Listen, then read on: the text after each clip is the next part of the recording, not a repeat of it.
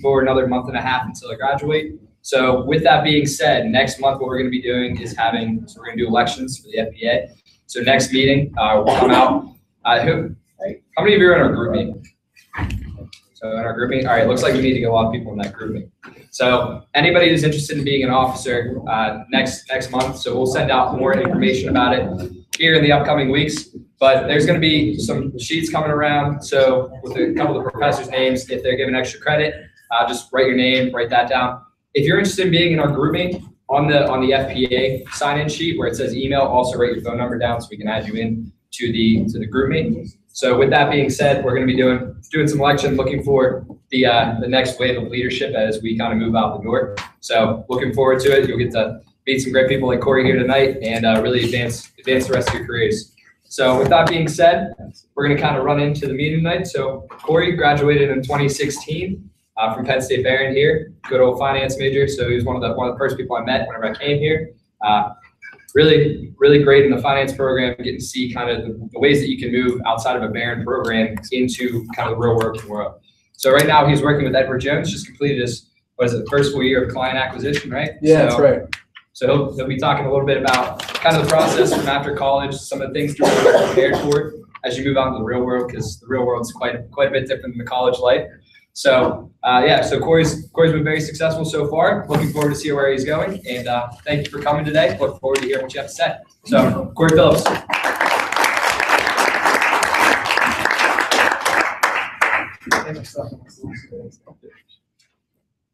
Hey guys, how are you? Wonderful. How are you? Good to see everybody. For now, I'm gonna park here. If I start moving, just bear with me. But I was, I'm 2 years removed, so it feels like yesterday I sat where Jason is, and Professor Yates was here teaching me econ. Is he still around? Yep. Microeconomics. Yeah, it was a good class. But I'm literally 2 years out, and I hope that me sharing my story helps in any way. What I'll say in the beginning is going to be the same at the end, but if you need anything or have questions on what I'm saying, I'd encourage you to ask me at the end. If you want to follow up after, we can talk on the phone, send me an email, whatever you need to do. But I'm here to help, and I hope my story helps some people in your shoes. This is a finance club, so I guess some people are split between advising and the analyst route, maybe, right? Kind of split between those two areas. I was my first 2 years of school here, I was in mechanical engineering. So I was in something completely different than the finance world. And I was with friends who were all in engineering too. So my stigma was, if I switch out of engineering, they're going to think something lesser of me that isn't true. I'm not sure if that's true in other friend groups here, but that was mine. It was a challenge I had to overcome. But I was 2 years in, and I was like, I don't want to be an engineer, so what am I going to do about it? So I started to explore a little bit, right? So 2014, I started to explore a little bit, and I came to a 2014 in investing in 2014 seminar put on in the main Burke room, where 180? Yeah, Burke 180, and 3 people went, and they were pretty good speakers. And the last person to come up and go, he spoke about a day in the life of a financial advisor at Edward Jones. I was like, okay, I'm listening. When he was talking and telling me the story about what his life was like and how things were going, I was like, that's what I want to do, and I'm going to do that. So I switched in the next couple months. It was a little bit painful at first to go through that state of Barron, and from there, I'm very happy with what's happened. The professors led me down the right path, and it's great all the way around. But I am from Pittsburgh. I have a younger sister, older brother. Was always interested in money in the stock market, and that kind of led me towards switching into that, to advising. But I stayed around here, and after school I went through interviews and I had internships, and I eventually landed to come to Edward Jones. Okay, but I got hired with Edward Jones. I think that's what you guys want to speak about most, is my experience in the last 2 years of being out, and that's what I want to get. Coming right out of school, Edward Jones takes care of your licensing, right? So I got licensed for my Series 7 and 66. I went through a 6-month training program after that, where they pay you to go and train with other advisors, and they, pay you to learn how to do the job successfully in a short amount of time. Okay, so they paid for me to go to St. Louis. That's where their home office is, and a couple of things that I learned through this process and things that I think may be helpful for you guys to know is not all advisory positions are, you step into the advisory position, it's 100% commission to 0% salary. That wouldn't have worked for me, and I probably wouldn't be where I am if that was the case with Edward Jones, okay? They take care of you for 5 months, or 5 years. 5 months would be really short. That wouldn't have worked either, probably. But they take care of you for 5 years, and as your salary decreases a little bit, the commission goes up a little bit there. So they kind of ease you into the advisory process. I'm not going to lie to you and say that it's easy and I didn't go through any pain or tough times, because there are tough times, but some of the things that led me towards wanting to do a position like this, like 3 main things to me.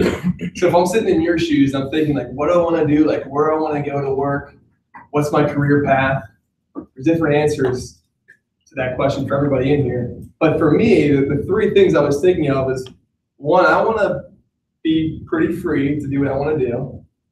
I've always been independent, and I've liked to not be on someone else's clock and to do things on my own schedule. So if I want to stay up at 3 a.m. and crank out Professor Hederick's corporate finance project, that's what I'm going to do.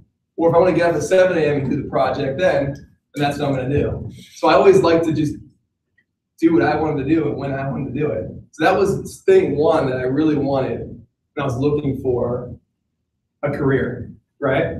Secondly, I wanted to help people because I had a younger sister growing up. I always liked to teach her things. I always liked to teach other people if they had questions on whether it was a calculus exam or a finance exam or how do you throw a football that way.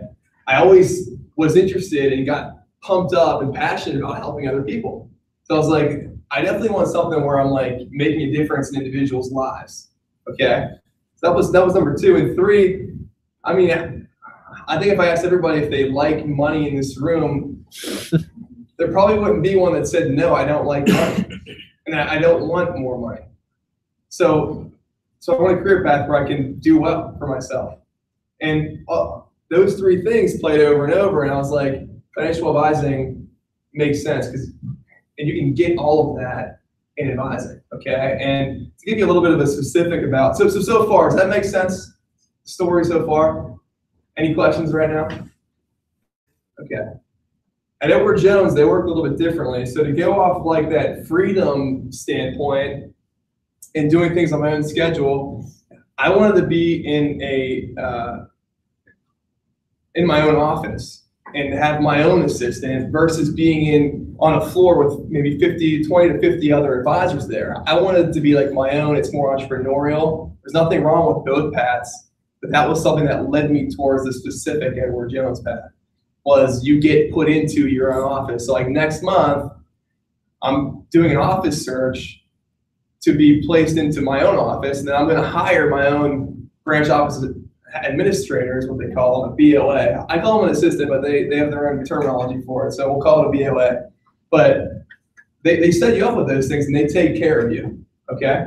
So those are things that I wanted. I wanted to be more entrepreneurial, and I also wanted something that allowed me to help people. Now, to talk a little bit about, I mean, people are curious about advisors and how they drum up business. So I'll tell you, last March of 17, I got done with the training program, and I came back here, and I was drumming up business. And one of the main things that they promote is going door to door and meeting people. Like, so just, that's me getting out of my car and knocking on someone's door and saying, like, hey, I'm Cory Phillips, like, here's what I'm doing. I'm a financial advisor, getting into a conversation and seeing if they have an interest, right? It's pretty tough to do. The first couple of doors were rough, but it's a numbers game, and it's like, well, if this person says no to me, that's okay because there's a house next door. And if they say no to me, there's still another house next door. There's 300 of them in this area, and even if they all say no to me, It doesn't matter because that community next door is 300 more houses ahead.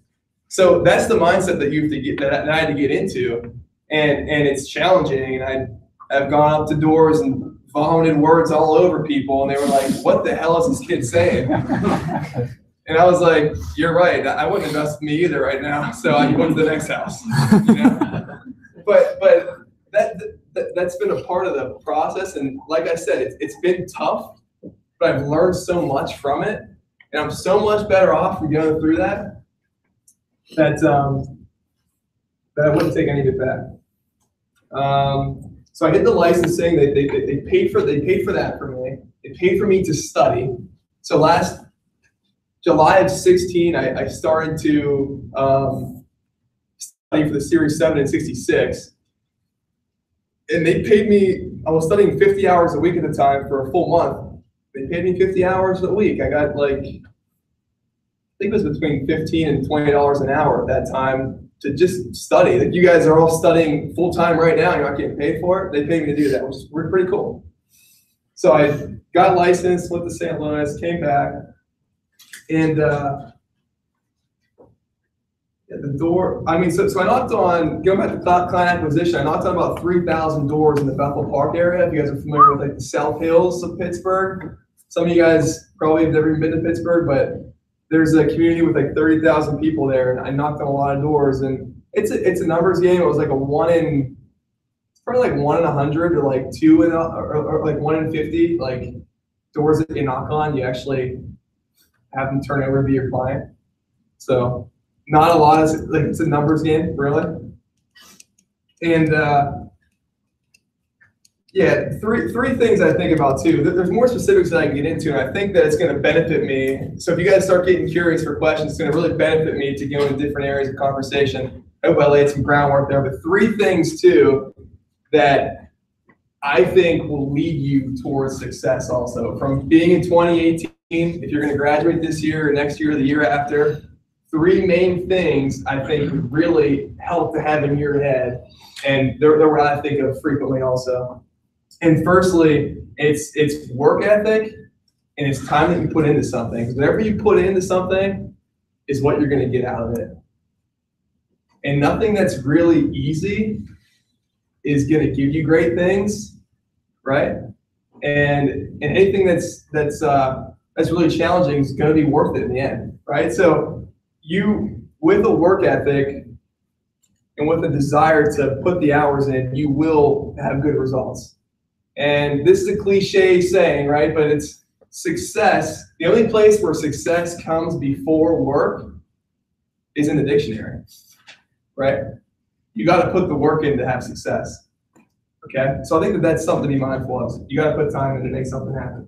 Secondly, I'd have a vision too on where you want to go in 5 years and where you want to go in 10 years, where you see maybe your family in the future, where you see your income in the future, where you see the life that you have. So seeing that and then answering why you want that, it's a tough question to ask. Why do I want these things? But when you can answer those questions and you have an understanding of that foundation, it makes day-by-day life a lot easier.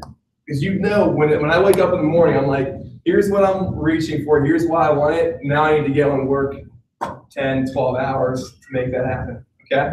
So vision is really important. Lastly, most important thing to do is for all of you to fail in this room in something. That's probably surprising to hear, right?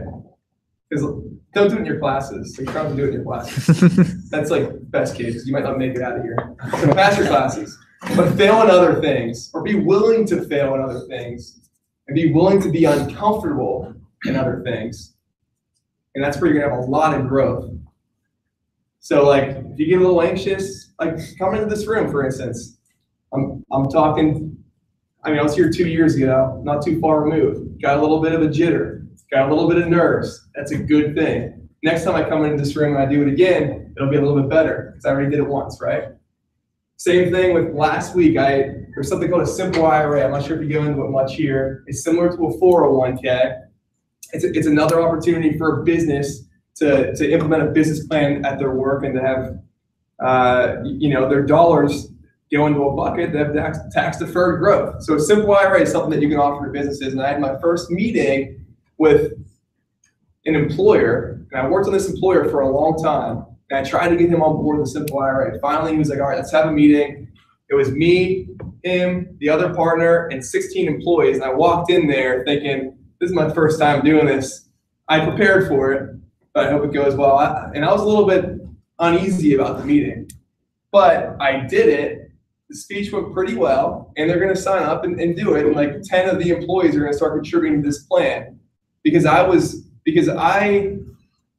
willing to put myself into an uncomfortable situation and accept whatever outcome. I mean, I was pushing for the successful outcome, of course, but I was willing to accept whatever happened. And that was one example that happened to me briefly. But I failed a lot. Whenever I was a sophomore and I was looking for engineering internships, I had to have had 6 to 10 interviews, and not one person wanted me to work for them. I was like, why don't you want me to work for you guys? Thinking like, what did I do wrong? You guys are crazy. It was me that I had to change, really. And that kind of puts me towards, there's one thing I heard when I was in St. Louis recently in this supplementary training class that they put Edward Jones advisors in. And it really stuck with me, and I want to share it with you guys, okay? It's a small quote, and it's from an unknown monk. So the quote is actually unsure where it came from, but it kind of goes with what I'm saying right now, okay? And the guy said, when I was a young man, I wanted to change the world. And I found it was really difficult to change the world because there's a lot of things to start with. So I decided to change the nation instead. But when I realized that the nation was really hard to change, I decided to just focus on my town. I figured I would just change my town. And then I realized my town was going to be really hard as I got older and older. I tried to just change my family. But now as an old man, I realized the only thing that I can change is myself. Okay? And suddenly, I realized that if long ago, when I was younger, if I had changed myself, then I could have made an impact on my family. Okay? Then my family would have made an impact on the town. And then the town would have made an impact on the nation. And I indeed could have changed the world at that time. If only I just changed myself. Okay? Something I want to leave you with. And I hope that makes sense, but to get better, you have to get better. And then, I mean, you have the world at your fingertips. You can get any opportunity you want once you get better, but it takes work and pain. I'd love for you guys to ask me and drill me with questions right now, okay? And hopefully help in any way that you see fit. That's what I had planned to talk about today. I can dive into any other piece of conversation that you want me to. I think that'd be most beneficial for you guys if we went somewhere there, okay? But that's where I'm at for right now, yeah. What are the techniques for client acquisition do you feel work best? It's a good question. It's well thought out. I think going into it, being yourself, okay, and being persistent, pleasantly persistent, so not like a big pain in the butt when you're calling on the phone to somebody, but just seeing if you can actually help them. If you come with that type of nature to your being, then I think that's a good technique. But does that answer your question? Yeah. Okay. All right. Sure. Being so young, how have you been able to develop trust between your clients? That's a good question. Trust takes time. Someone at that simple IRA meeting I just had, they were kind of like a bold person, and I finished up talking, and they were like, well, why should I trust you with my money if you're just coming in here right now? Why am I going to trust you? Where do you live? And the way I answer that is that I wouldn't expect you to trust me right now. We just met. Hopefully that we can talk over the phone a couple times. We can meet in person a few times. You can see who I am as a person. And after we've developed a relationship, you've decided that he's a pretty good guy and that I would trust you with my money. It takes time. And I think that's when, like, when I'm knocking on someone's door, they're usually not just like, oh, you're an advisor. I have $500,000 in the back room. I'm gonna have you invest this right now, you know? They usually don't do that. No, they've never done that. But there was a guy that has $500,000 that I met at his doorstep. He's a client of mine now, and that was from calling him. I went back to his house with some good material on what's happening in the marketplace and why I can help you. You still don't want to work with me? I called him again. Well, here's what's happening now. How are you? Learn more about his life. It takes time. It takes time. And being younger, that's an obstacle also. But I think it's a benefit. I think it's beneficial to be a younger advisor and not be an older advisor. Okay. And what I think and what I believe is, if someone's 50 years old right now, and 20 years go by and they're 70, and their advisor's 50 years old, when they need to have their finances in order the most, and when they need stability in their financial lives, they shouldn't have to worry about their guy stepping down or retiring or maybe passing away, you know? I mean, I can get hit by a bus too, but it's less likely for me right now than the older guy. So I think it's a benefit working with a younger advisor. It takes, some people don't agree, and there's not going to be people that I work with probably. Since you're only 2 years out, what is your 5-year plan? Are you content with where you're at, or do you want advancement? Yeah, I'm definitely not content with where I'm at. No, I want a lot of advancement, and my 5-year ideas are to, I'm not to be all money based, but to be 6 figures at least in income coming in, to hopefully find somebody that I can spend the rest of my life with, who I develop a really strong relationship with, and we see eye to eye on a lot of things. Have my own house, have an office that's just well functioning, organized, efficient, and have built a lot of relationships with people who they can rely on me and trust me. And I'm someone who's making a positive impact on my family, to the town, to the nation, maybe, right? So I think that's a 5-year plan, and I want to be managing. So currently I'm managing a little over $7 million, my branch. I brought in about 3 to 3.5 that on my own. I was given some of that from other advisors, but I think that in 5 years, I'd really like that number to be at $40 to $50 million in management, and to hopefully have maybe 300 to 400 good clients. So that's when I'm 29, I'd be pretty cool if that all happened. Yeah, Jen. So Go ahead, Jen. After that. Okay, sorry. How many clients are you currently at? 200 or so. 50-ish are what I brought in on my own. The other 150 were given from a group of advisors in my area. So yeah, about 200. So while you were here, what were some of the best things that you did here to really prepare yourself after you stepped out the door and started in this process? Yeah, that's a good question. I'd say developing a relationship. So before this, I got lunch with the advisor. So that day in the life talk I told you about, that rose the hairs on my neck and said I really want to be an advisor to, that speaker is at Edward Jones' office not far from here. His name's Adam Nelson. I just got lunch with him before that, and before this. And developing that relationship when I was in school really helped get my foot in the door for an interview opportunity.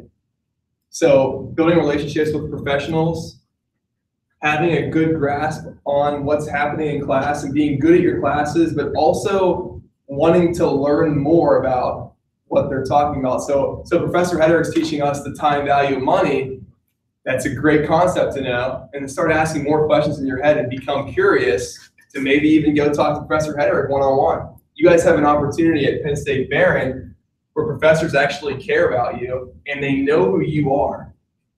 If you go to State College, you're going to a place where there's a couple hundred kids, and then you're going to go to office hours, right? Then you're going to go to office hours where you're waiting in line just to talk to a student who just graduated a year ago in that topic. So taking advantage of the professors is huge. Going on the business trip. Woo, we just got back. Did you? Yeah. From where? Where'd you guys go? Chicago. Cool. That's where we went a couple years ago. Yeah. That was a great trip. Oh, and I sold a $1 million box post. Yeah. That was really cool. Yeah. So I was that was a good trip, and I learned a lot from that. Yeah.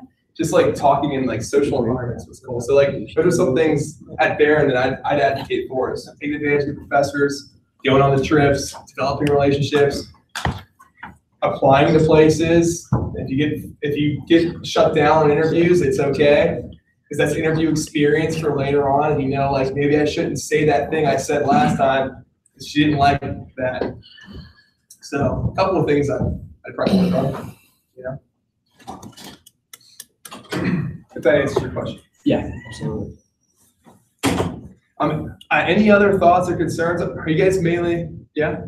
I just had a question about the application process for Edward Jones specifically, like how you applied for that and what it was like. Sure, that's a good question. I submitted my resume online, and I had that guy Adam tell our headquarters in St. Louis that I was applying to get me that first interview opportunity. That was the initial process. It was just my resume. From there, it was a phone interview. It was a face-to-face interview, a phone interview, a business plan, and then a day in the life of a financial advisor, where from 8 a.m. to like noon, it was like May or February of 16 or March of 16. I had to act like I was a financial advisor, and I was given like fake clients to call, and there were actors like answering the phone for me. So you had to get through that process. I was really terrible at it. I was really bad, and I was really not good at it at all. But they saw like some things in me that would work out in the end. That was the process, and it was a little bit lengthy. They take about, I think it's under like 7% of applicants. There's a little over 16,000 advisors right now. There's the most financial advisors at Edward Jones than any other firm. So it's we deal with, I'd say, like middle income families to like the top 1%. In that realm, we're not focused on lower than that usually. We're not focused on that top 1% to Warren Buffett. We're like between those realms. Okay, so the average usually. Do you have any specific internships that help you get to? Yeah, they were. One was at Logistics Plus, which is down on, I think it's by State Street in downtown Erie. That was an accounting internship. It didn't help me for what I'm doing now, but that helped me answer, I don't want to be an accountant. so that helped me. Yeah, no, there's nothing wrong. I mean, my best friend that I live with just got a CPA, and he loves it. He's really good at it. It just wasn't for me.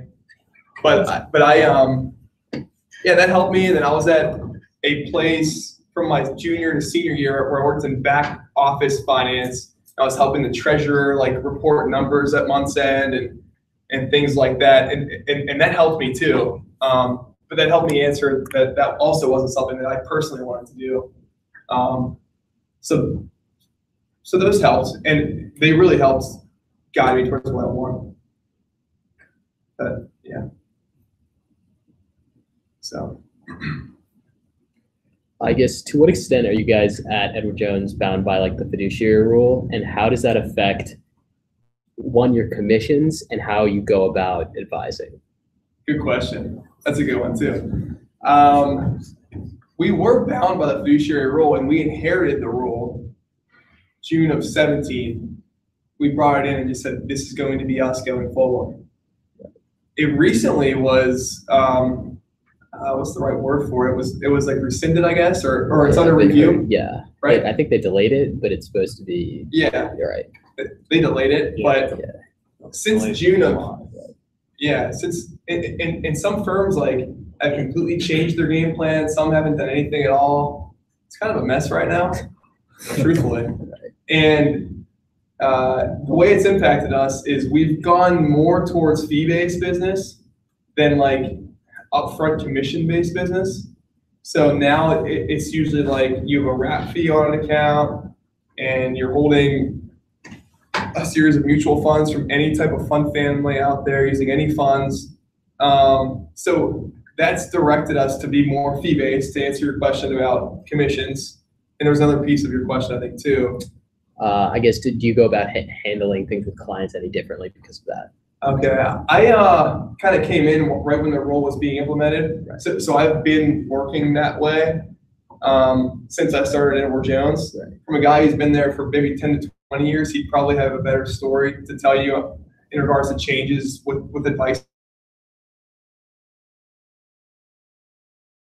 to that person, do what makes sense to that person based off of their comfort with risk, their life stage currently, and just what would I have my parents be in? What would I have myself be in? And that helps me like, build portfolios for people. It's like that thought process. So yeah, thank you.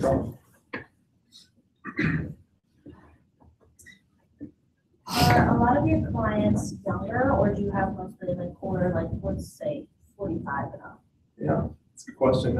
It's between like 18.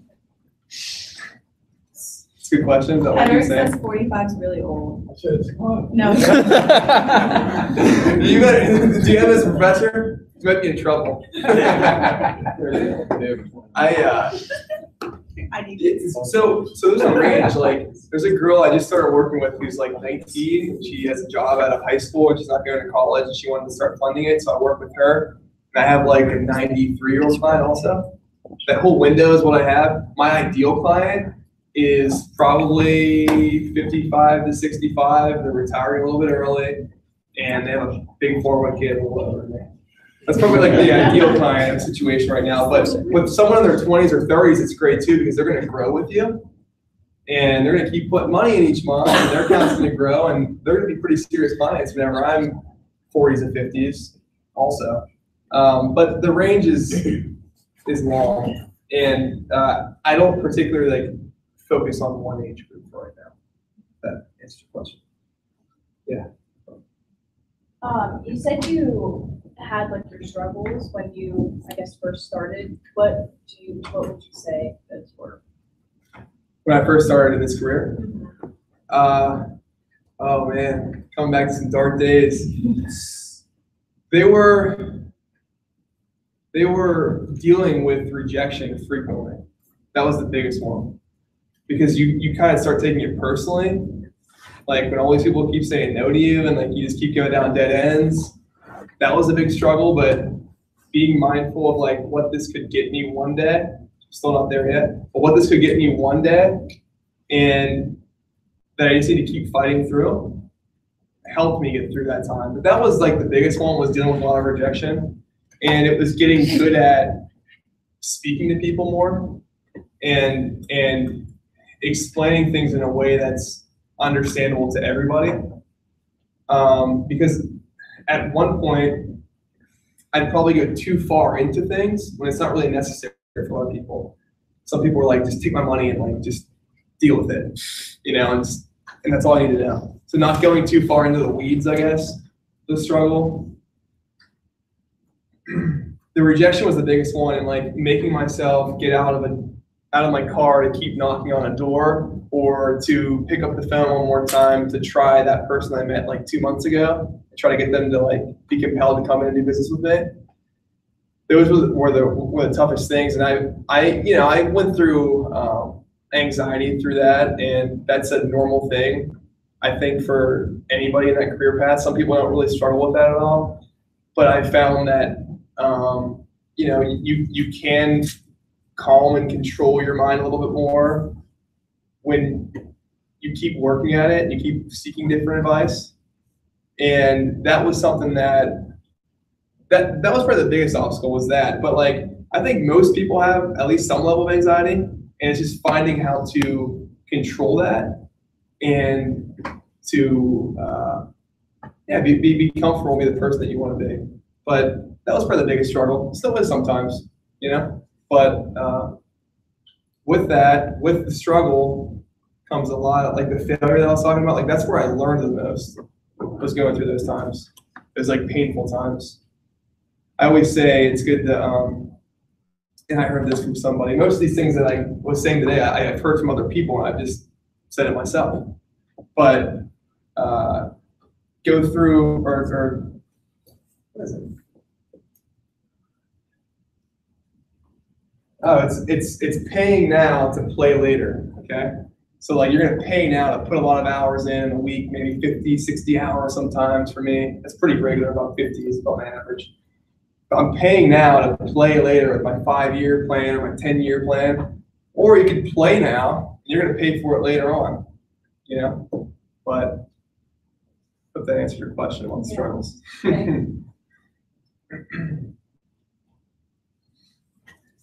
So kind of going through, like, the industry is changing a lot, like with technology and everything like that. So how do you see yourself kind of adapting with any type of ways that the industry are changing, from like fiduciary rule to like robo advising? So like, how do you change yourself on a daily basis to make sure that you're staying up at the times? Yeah, I think that most places need to keep inheriting sound technologies and like up-to-date technologies. That's going to be important regardless. But and some people don't need a personal advisor. They can use a robo-advisor. That's a good thing for them to have, that unique type of individual. But I do think that what will never go out of style is face-to-face eye contact or like face-to-face interactions, having eye contact with somebody, knowing their unique situation, and I know it inside and out, versus calling a 1-800 number and maybe getting different answers from different people you call there. So I think that like a firm like ours needs to keep adapting and growing with technology, but I also think that we don't need to stop having that face-to-face interaction and stop having that personal touch, because people need that. You know, people need that personal touch, like to go through an 08, 09. If they're working with a robo-advisor, it's a lot easier to press the button and say, get me out of the market, or sell everything and go to cash, when that's like an absolute no-no at that point, right? And that's why like the average investor usually does poorly. Or it's easy to say, oh, that was a great example that I had. Someone was deciding to, I wish I had it dead on. Someone was deciding to pull money out of their 401k for a unique situation. They were going to be penalized 10% in tax, and they had no idea that that was going to happen. And they could have pressed the button pretty easily to make that happen. But before it did, they talked to an advisor about it, and they were like, you can't pull it from there. You're going to be taxed, you're going to be penalized. If you do it from there, like, you're going to miss out on a lot of money. Without like a person monitoring it, then those types of struggles and penalties can happen a lot more frequently. So I think that, I hope I'm answering your question the right way, but there's going to be robo-advisors, there's going to be that side of the field. It is growing, but I don't think that it pushes out the personal advisor completely from the game. It might separate a little bit more, but people are always going to need other people, I think. So.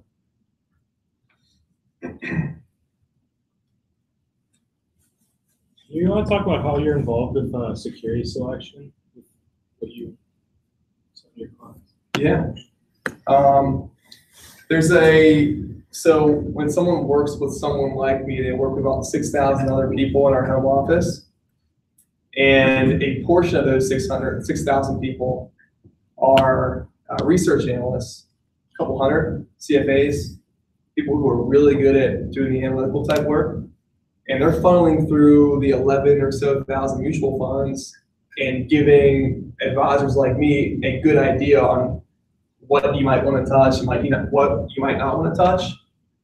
And then from there, I screen it on Morningstar a little bit more specifically and mesh it with what that person's looking for. So if they're a very conservative person, then I might be looking for a fund that's, you know, like there's like up capture and down capture. Have you heard of those things at all? Like, so like I might be looking for like an 80 up capture, but like a 60 down. So it's like a lot less fluctuation. I'm not looking to hit home runs, but I am tailoring that to people. But the risk tolerance questionnaire really helps. And I also asked the question like, okay, so just out of curiosity's sake, what's your name? Max. Max? Okay. So I'll do it with you, Max. I'll say, all right, Max, you as a person, 1 being the least and 10 being the most risky, where would you put yourself at? 1 is like, I'm gonna hide all my money under the mattress. I'm really scared to invest with it. 10 is like, I'm gonna take all my money and put it on red at the roulette table. Where would you put yourself at? I'd say I'm about an 8, maybe a 9. Okay, about 8 or 9. So it's like 9 on a bad day. okay. So you get more risky and aggressive on the bad days. Yes, I like it.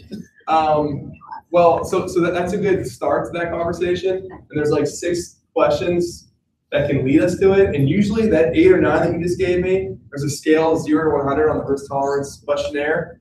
You're probably going to be like an 80 to a 90 out of 100. That helps. We actually did in what was Robin's class, they did a risk tolerance platform for our class to sample. We like set up portfolios and stuff. I think I had like an 82. Oh, really? So it's pretty accurate to that 1 to 10 scale. Sometimes I've done the 1 to 10 scale and it was off, but like it's usually pretty close at least. It's a good starting point. Is that Robin's? 420. Yeah, 420. Oh, okay. Oh, nice. We sat next to each other, Yeah. right? Oh, okay. See, Jason was like in the classes when I was in the classes, so he's pretty far ahead. But that's a part of the process of seeing where they're at in their life stage, and then taking things. I hope that helps. Big, I think Sorry. no, I think you're gonna ask one. Yeah. So I know that a lot of advisors, over time, they develop a sort of niche of clients. Like say some focus on doctors or engineers or whatever. Do you see yourself developing that sort of thing over time? Yeah, I do over time, certainly. Currently, I'm probably going to take more accounts than turning down more accounts, just being at my stage of the game. Mm-hmm. But I do think that I'm going to develop that. I'm not quite sure what that niche is yet, to be honest with you. Probably be, if I had to say it, like my dad's a blue collar worker, and when I was in college, like between freshman and sophomore year, I did like a construction job. Sophomore and junior year, I did a construction job again, and I was able to relate with those people pretty well and explain things on their terms. That's probably like people who I connect with and mesh with most because I can put things to their understanding level. Mm-hmm. Hopefully, over time, that like can evolve to doctors and dentists, surgeons, because they have a good portion of money. but you know, the blue collar worker, if they added their 401k, they can still have a good portion. But they're people who I mesh with pretty well, so I'd say that. If you had to do with a client who was very set on making a decision that you thought was a bad one, and how do you deal with that? Wow, that's very yeah. Searching back in the last year to find one of those. Well, so a good example is Bitcoin. and like when it was going from like 6 to 7 to 8 to 9,000 to 10 to 11, for 2 weeks I just fielded like strictly Bitcoin questions from like clients or prospective clients. People who I knocked on their door to, they were calling me and like, hey, like, do you know about this Bitcoin? Like, what should I do on this? I was like, wait, firstly, who are you again? They're like, okay, it's Max or whatever. And I would talk to that person about, I mean, I told them my thoughts on it, and I wasn't going to be an avenue for that decision because I didn't feel like it was the right one, and I wouldn't put my own money there at all. Not that I could even trade Bitcoin, but if I could, I wouldn't for that person, even if they said like, here's a good portion of money, because I don't think it's the right thing to do. And for a lot of reasons, like the tulip bulb craze. If any of you like picked up the book, A Random Walk Down Wall Street, or know what the tulip bulb craze is, how people were like trading, I think it was in Europe, and it was in the 1600s or so, and there was a disease or something that came through a town, and there were these different colored tulips, flowers that were sprouting, and there was a blue one and an orange one, and they were like, these are really cool, and you would have wanted to buy them from me for $5, and then Max wanted to buy it for 15, and you would have wanted to buy it for 10. All of a sudden, or 20, sorry. And then all of a sudden, these tulips were selling for thousands of dollars for a flower. It was mania. It was just craziness back then. And I viewed Bitcoin as that. Not that cryptocurrency like won't be successful one day, because I think that it's a little over my head and I think that it might do pretty well, but I don't think it's Bitcoin at 18,000 whenever it was there. So I was advising against it with that rationale and saying to stay away from it with a 10-foot pole to people. So I advised against it, but I have a client who was like, they wanted to buy a bunch of this stock, and our research analysts had a sell opinion on it. And I explained that. I said I wasn't a big fan of it. I let them know that like I'm not really condoling it, but if you want to buy it, you can. And they did purchase that stock, which is okay because I gave them that advice and my thoughts on it. Some people, you know, have a decision in their mind, and no matter what you say to them, they're going to want to make it. So as long as I cover my bases and make sure like I explain, I wouldn't do this for this, and this reason. You still want to do it, I could service you, but I prefer not to. What do you do in that scenario whenever they like pick that stock, but they don't make money, but you call them up and say, hey, I told you it wasn't working? No, I wouldn't do that. Well, they'd probably hate me if I did that.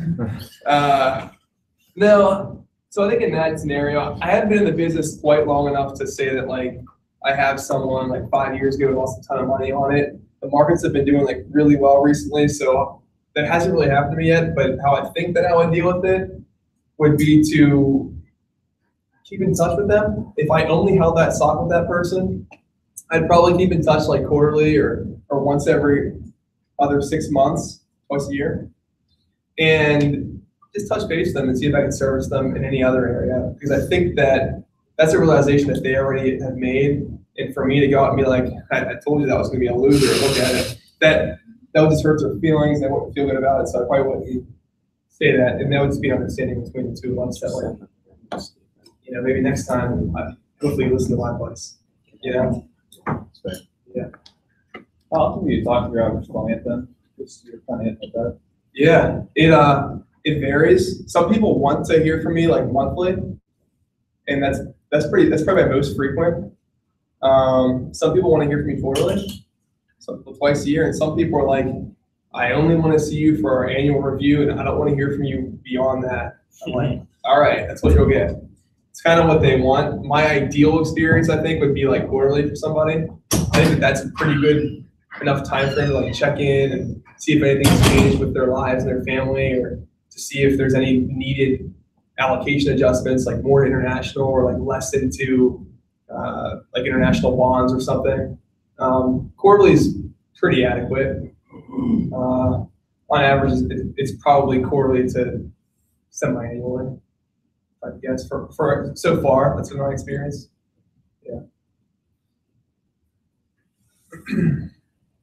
I don't know if Edward Jones teaches like an Excel document or something, but like, how do you keep track of like your possible clients? Like when you're starting out, like do you have to like keep track of that yourself and like make notes and stuff, or do they give you like a system or something that you can use then to keep track? To keep track of, sorry, is it existing clients or prospective clients? Prospective clients. Okay. There is a system for that. It's like a contact CRM system. It's called a contact resource management system. That's in-house for Edward Jones. It's really good. So say I just met you last week at your door, and I was like, hey, I'm Cory. What's your name? Ariel. And you were like, had an interest, and I thought you'd be a good client. And you were like, call me in like 2 weeks and we'll talk then. And then I would enter like Ariel, she has this, we talked about that. And I'd put an alert on my system to come up like 2 weeks later. And then in 2 weeks from, today, so 2 Mondays from now, it would pop up and say like, hey, like Ariel to do or call. And that helps keep you organized. Without that system, I'd be a mess. Yeah, no, for sure. So that helps. And then I also keep a tab, like I have 3 columns, like short term, middle term, and long term for who I think will be a client at a certain time. So I may get a client or a prospect who's like, I have CDs for $300,000 worth, but they don't come due until October of 18. So I'm like, okay, I might keep in touch a little bit between now and then. But I know that whenever October of 18 comes around, or really September of 18 comes around, I'm going to be talking to you. So not only do I use that resource management system, but I've created an Excel spreadsheet with like money dues, they're called. Like when you think $300,000 when you do, they'd be in the long-term category. That kind of helps me be more mindful of it between now and September of 18. So like there's a little bit of a personal touch to it, but there's also like the system that helps keep me organized. Okay? Yeah. Right. So kind of thinking like outside of the classroom and outside of like the career training, you talk about how you need like a daily passion. So what are the things you've done like kind of outside the educational portion to kind of help recharge and also like continue to find that passion? Yeah, that's a good question. Things that I like to do. So I do like to play video games actually. Like Fortnite, do you guys play that game at all? It's like blowing up. Fortnite helps me like get away and like recharge and like just kind of step away from the world for a second. So I like video games. I like hanging out with friends and family, and whether it's catching a happy hour or taking a weekend trip or going to the gym and getting a good sweat in to recharge and release endorphins. Staying at a decent health pattern. I try to drink like 10 to 15 of these things a day. And they say you should have, about water, they say that your pounds, so I'm like 180, 185 pounds, they say in that you should drink in ounces of water. So I should drink like 180 to 185 ounces of water a day. I try to do that. I think that helps with things that I don't even know it's helping with. but those are a couple of things. I like to bike. I did my first half marathon of running about a year ago. That was pretty tough. I can't believe people do a whole marathon. I got to the half and I was like done. I was like, how could you do this all again? Those are some of the things that I do to help recharge. This is good. We had I had to have over 15 questions, I think. So that's successful enough for me. I have any other questions? Any other thoughts? Things in your mind? There are cards I have in my jacket that I can leave right here with like my email and cell numbers on there and stuff. The business line's there. I think it's in here. And if you want one, you can keep in touch, or if you have questions on things or the career path or anything like that, if I can be of help to you, let me know. I know some of you are probably thinking of internships.